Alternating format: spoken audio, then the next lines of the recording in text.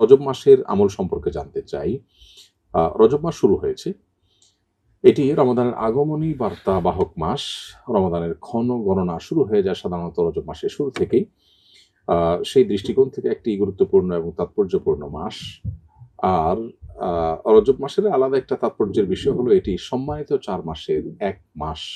আমরা জানি কোরআনে কারিমে আল্লাহ রাব্বুল আলামিন সূরা তাওবায় সম্মানিত ৪ মাস সম্পর্কে আমাদেরকে ধারণা দিয়েছেন। আল্লাহ বলেছেন ১২ বছরে ১২ মাস চান্দ্র মাসের মধ্য থেকে মিনহা আরবাআতুন হুরুম ৪ টি মাস হলো সম্মানিত মাস। আর এই ৪ টি মাসের মধ্যে ৩ টি ধারাবাহিক জিলহজ, জিলহজ, মুহররম আর চতুর্থ মাসটি হলো এই মাসটি যেটি শুরু হয়েছে রজব মাস। অতএব সম্মানিত মাস হিসাবে এই মাস সম্মানিত মাস যাচ্ছে সেই ধারণা আমাদের মধ্যে বদ্ধমূল থাকা, সেই চিন্তা আমাদের মাথায় থাকা এবং সম্মানিত মাসের সম্মান রক্ষার্থে গুনাহ পাপাচার থেকে বেশিরভাগ বেঁচে থাকার চেষ্টা করা এবং রুটিন যে নেক আমলগুলো আছে সেগুলো বিশেষ যত্নের সাথে করা যেহেতু সম্মানিত মাস যাচ্ছে এ হলো মোটামুটি করণীয়। এর বাইরে সম্মানিত মাস রজব মাস উপলক্ষে আলাদা কোনো আমল, আলাদা কোনো নামাজ, আলাদা কোনো রোজা, উমরা এগুলোর কোনো কিছু শরিয়া দ্বারা সাব্যস্ত নয়।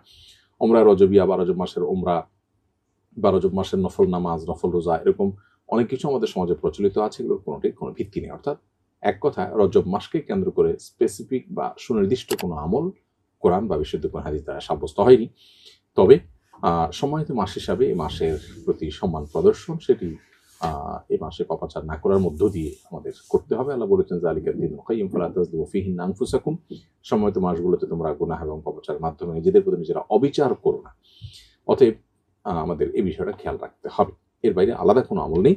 একটি হাদিস রয়েছে যেখানে রজব মাসের শুরুতে একটি দোয়ার কথা বলা হয়েছে, আল্লাহুম্মা বারিক লানা ফি রজব ওয়া শাবান ওয়া বাল্লিগনা রমাদান। হে আল্লাহ, রজব এবং শাবান মাসে আপনি আমাদেরকে বরকত দান করুন এবং আমাদেরকে রমাদান পর্যন্ত হায়াত দিন। এই হাদিসটি যেটিতে রজব মাসের এই দোয়াটা পড়ার কথা বলা হয়েছে সে হাদিসে সনদি মুহাদ্দিসরা অনেকে আপত্তি তুলেছেন, অর্থাৎ সেটুকে বিশুদ্ধ বা সহিহ সূত্রে সাব্যস্ত বলেননি।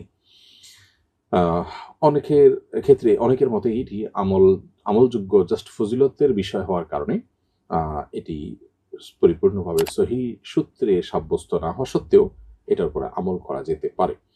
জাস্ট এটুকু। এর বাইরে রজব মাসকে কেন্দ্র করে আলাদা কোনো আমলের বিষয় সাব্যস্ত হয়নি।